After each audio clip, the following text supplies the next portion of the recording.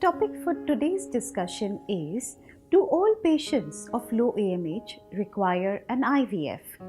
As spoken to you in my previous presentation regarding AMH, we know that this is one hormone that tells you about your fertility potential. It tells us the capacity of your ovaries to form eggs.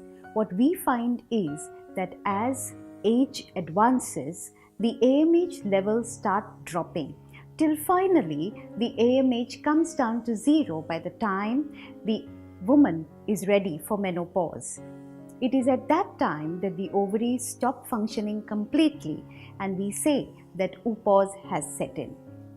So, patients of younger age group also do show low fertility potential at times. Do they really require an IVF?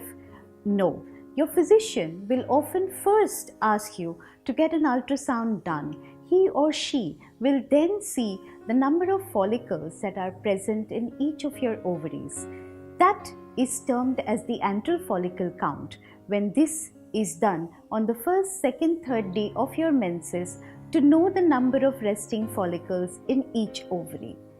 If a patient between the younger age group has a good antral follicle count, that means the patient is likely to form a good number of eggs. Having seen this, your fertility physician may then recommend you optional treatments like IUI or even just planned relations.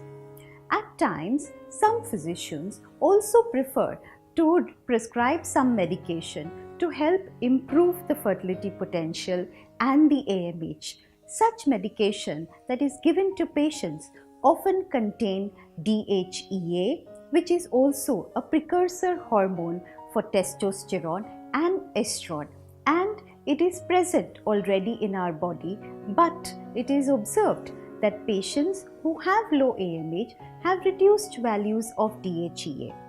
DHEA is also available as an over-the-counter drug with all the pharmacies, and one can take the same. Along with this, your fertility physician may also prescribe some anti-oxidizing agents to help improve your ovarian response.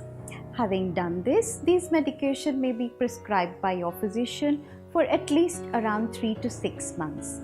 And during that time, your fertility physician may request you to try at home.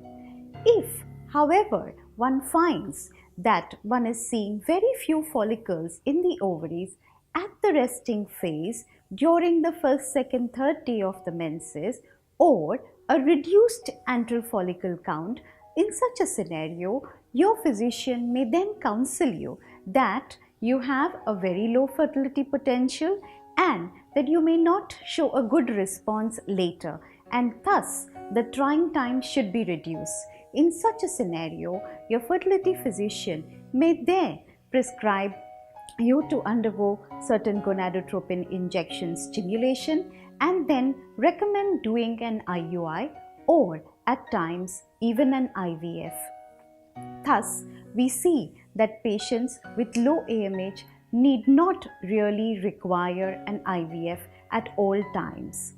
Additionally, what we also find is women who are in the elderly age group may at times also be told to try at home for maybe a month or two to see if they are able to conceive at home, provided the physician finds that the antral follicle is good.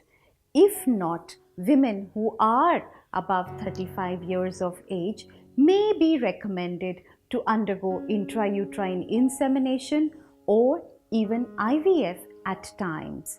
We see so many patients conceiving at home just on medication to help improve their AMH. Thus, one does not have to get disheartened if the AMH is low. Also, one does not need to panic if one has a good antral follicle count. You must speak to your fertility physician regards the same and get to know how much time you have. Thank you. The topic for the next presentation is, can I try IVF with my own eggs at 40 years of age?